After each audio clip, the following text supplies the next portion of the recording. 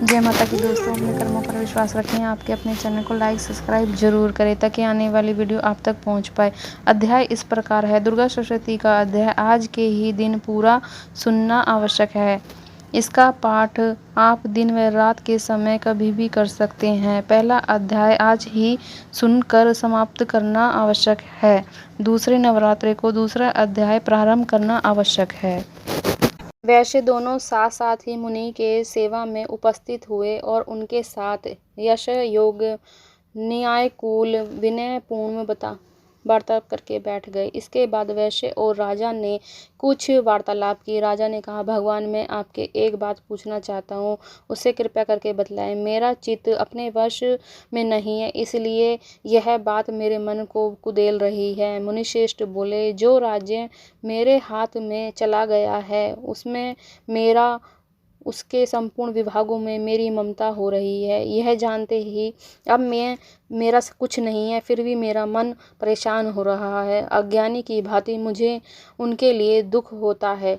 क्या करूं? इधर वह वैश्य भी घर से अपमानित होकर आया था। उसके पुत्र, स्त्री और नौकरों ने उसको छोड़ दिया, आत्मज्ञान में उसका परित्याग कर दिया।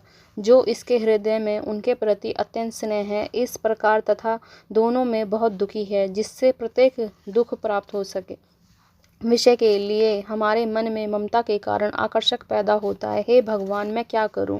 हम दोनों समझदार हैं, हमसे जो मोह पैदा हुआ है यह क्या है? इसे शून्य कीजिए, इससे मैं मुड़ना चाहता हूँ। ऋषि बोले, महाभाग, सब जीवों को विषय गोचर होने का ज्ञान है और महाभाग विषय भी सबके लिए अलग अलग है। कुछ प्राणी दिन में नहीं देख पाते हैं, कुछ जीव ऐसे हैं जो कि दिन और रात्रि दोनों में बराबर देखते हैं। यह ठीक है कि मनुष्य समझदार होते हैं, किंतु केवल ऐसे नहीं होते। जो पशु पक्षी आदि सभी प्राणियों में बुद्धि होती है, मनुष्य का ज्ञान भी वैसा ही होता है जैसा पक्षियों का होता है। जैसा मनुष्य होता है वैसा ही मृग पक्षी आदि भी होते हैं, तथा सभी अन्य बातों भी प्राय दोनों में समान ही होती है। समझने की शक्ति दोनों में ही होती है। वह स्वयं भूख पीड़ा से होते हुए मोहवंश बच्चों की चोंच में किंतु चाव से अन्न के दाने डालते हैं। पुरुष श्रेष्ठ, क्या तुम देखते नहीं हो कि मनुष्य समझदार होते हुए भी लोभ वंश में फंस जाते हैं? क्या हुए उपकार का बदला पाने के लिए पुत्रों की कामना करते हैं, तथापि उन सब में समझ की कमी नहीं है। यह संसार की स्थिति बनाए रखने वाली भगवती महामाया के प्रभाव द्वारा ममता में भंवर में युक्त मोह के गहरे गड्ढे में गिराए जाते हैं। इसलिए इसमें कोई आश्चर्य नहीं करना चाहिए। जगदीश्वर भगवान विष्णु की योग निंद्रा जो भगवती महामाया है, उन्हीं द्वारा जगत मोहित होता है। यह भगवती महामाया देवी ज्ञानियों के भी चित्त को बलपूर्वक खींचकर मोहग्रस्त कर देती है। वह ही इस सारे चराचर जगत की सृष्टि करती है, तथा वह ही प्रसन्न होने पर मनुष्य को मुक्ति के लिए वरदान देती है। वह ही पराविद्या, संसार बंधन तथा मोक्ष की कारणभूता देवी तथा संपूर्ण ईश्वरों की अधीश्वरी है। राजा ने पूछा, भगवान, जिन्हें आप महामाया कहते हैं, वह देवी कौन है? ब्रह्मा, उनकी उत्पत्ति कैसे हुई तथा उनके कार्य कौन कौन से हैं? उन देवियों का जैसा प्रभाव, जैसा स्वरूप और जिस प्रकार हुआ है, वह आपके मुख से हम सुनना चाहते हैं। ऋषि ने कहा, राजन, वास्तव में देवी नित्य स्वरूपा ही है। संपूर्ण विश्व उन्हीं का रूप है तथा उन्होंने समस्त जगत व्याख्याता कर रखा है, तथापि उनका आविर्भाव उनके प्रकार में होता है। वह मुझे सुनना चाहिए और मुझे सुनना है, तथापि मैं नित्य और अजन्मा है। देवताओं का कार्य सिद्ध करने के लिए प्रकट हुई देवी उन समय संसार में उत्पन्ना कहलाती हैं। कल्प के अंत में सब जगत के एक ही महासागर में डूबा रखा है और सबके प्रभु भगवान विष्णु शेषनाग की सैया बिछाकर योग निद्रा में लीन सो रहे हैं। उस समय उनके कानों की मैल से जो दो भयंकर असुर पैदा हुए, वह मधु और केटव के नाम से प्रसिद्ध थे।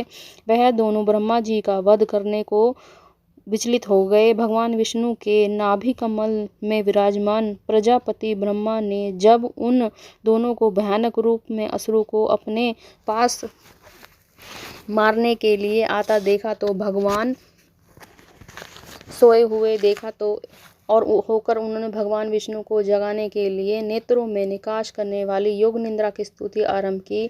सो इस विश्व की जगत को धारण करने वाली, संसार का भरण पोषण और संहार करने वाली तेज स्वरूपा भगवान विष्णु की अनुपमा शक्ति, उन्हीं भगवती की भगवान ब्रह्मा ने स्तुति की।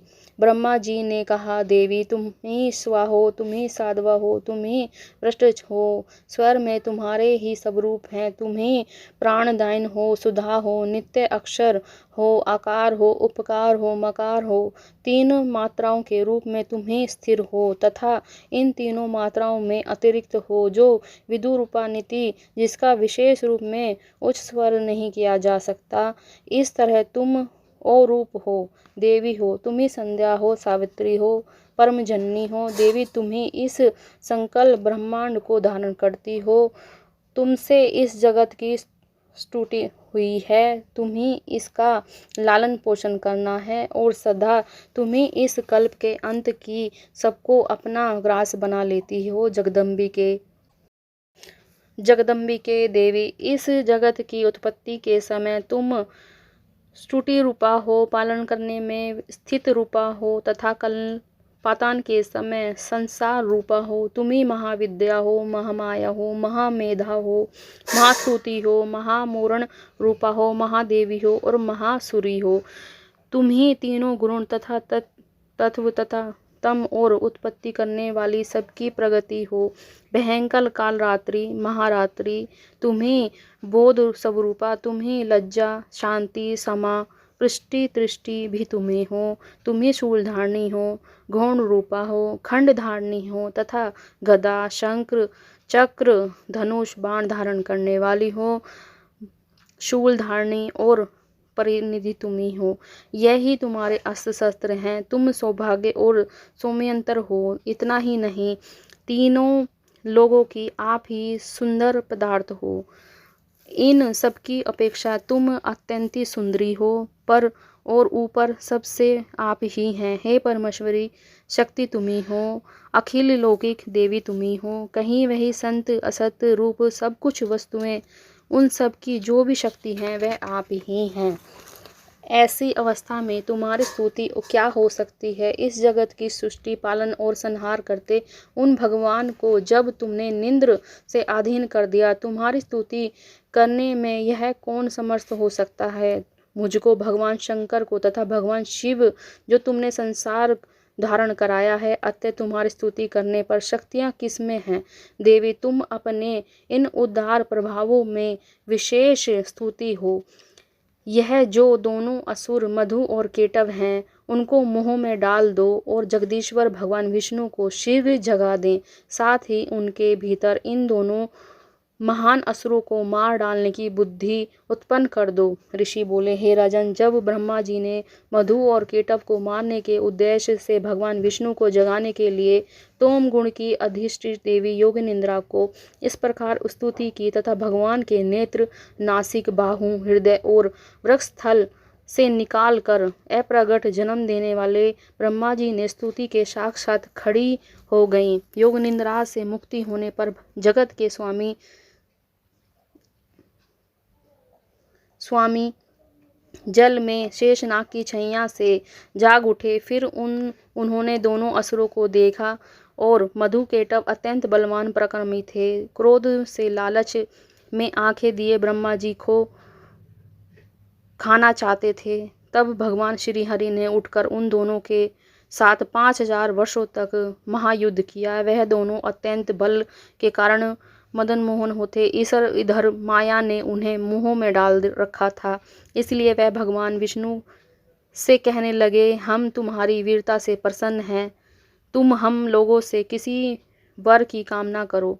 श्री भगवान बोले, यदि तुम दोनों मुझ पर प्रसन्न हो तो मेरे हाथ से मर जाओ, बस इतना ही मैंने वर मांगा है। वहाँ दूसरे किसी वर से क्या लाभ है। ऋषि ने कहा। इस प्रकार धोखे में जाने पर उन्होंने संपूर्ण जगत में जल ही जल देखा और कमल नेत्र भगवान विष्णु ने कहा, जहाँ पृथ्वी जल में डूबी हो वहीं हमारा वध करें। ऋषि बोले, तब तथास्तु कहकर शंख चक्र गदा धारण करने वाले भगवान ने उन दोनों के मस्तक अपनी जांघ पर रखकर चक्र से काट डाले। इस प्रकार यह देवी महामाया ब्रह्मा जी की स्तुति करने वाली स्वयं प्रकट हुई। अब आगे तुमसे अनेक प्रभावों का वर्णन करता हूँ। दूसरा अध्याय। जय माता की दोस्तों।